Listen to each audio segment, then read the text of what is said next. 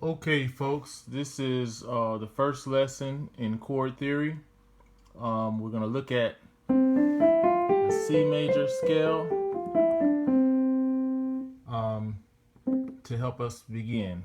As you know, as most of you know, if we're in the key of C, C is the 1, D is the 2, E is the 3, F is the 4, G is the 5, A is the 6, B is the 7, and then you're at the 1 again, which is an 8 or a 1. Then the 2 now is the 9. The 3 is the 10. The 4 is the 11. The 5 then becomes the 12. And the 6 becomes the 13. Now you won't hear chords mentioned with the 8 necessarily, a 10, or a 12, because they'll always be considered the 1, 3, and the 5, as they are down here. But in terms of naming chords, you will have a 9, you will have an 11, and you will have a 13. That's about as far as it goes. Because you can have chords that stretch, and that'll be like considered a 13th chord. Okay? I'm going to go through every chord, not in this video, but I just want you to know the positions of the notes. So you have the 1, 2, 3, 4, 5, 6, 7.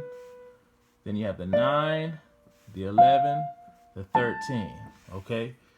You also have what's called the minor 2. That's between the 1 and the 2. You have the minor 3, okay? You have the flat 5. It can be called the sharp 4 or the flat 5, mostly known as the flat 5. You have the sharp 5. It can be called the minor 6, but it's mostly known as the sharp 5. And then you have the flat 7, okay? And then when you get out here, you have the flat 9, the sharp 9, the sharp 11, and the flat 13. And that's as far as it goes. And those will help you to name chords. Like you might have a C minor, okay? Or a C sharp 5, which is called augmented, C augmented. Okay, you might have a C major 7, flat 5, C major 7, sharp 5. You might have a C major 9, flat 5, C major 9, sharp 5.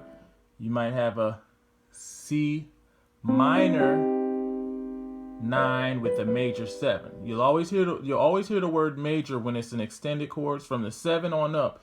If you hear the word major, it's because they want you to use the 7 that's in the scale. All right, that's the 7 in the scale. But if I just say a C9,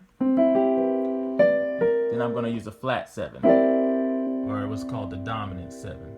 Okay, these are the things we're going to go over when we mention the chords, and we'll use C at first, so you can understand what's going on. But then eventually we're going to have to learn all the keys and know those same numbers and positions for each key, and then we'll be able to